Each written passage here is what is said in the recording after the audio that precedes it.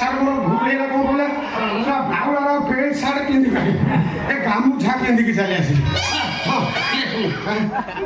ମୁଁ ଯୋଉ କଥା ତତେ କହିଥିଲି ସେଇ କାମ କଲୁଟି? ହଁ ଆପଣ କୋଉଠି ଗଲୁ ଆଗ ମତେ କହିଲୁ? କୋଉଠି ଗଲି ମାନେ ମୁଁ ସିଧା ଚାଲିଲି ସିଧା ମୋର ଛକ ପଇଲା ଛକରୁ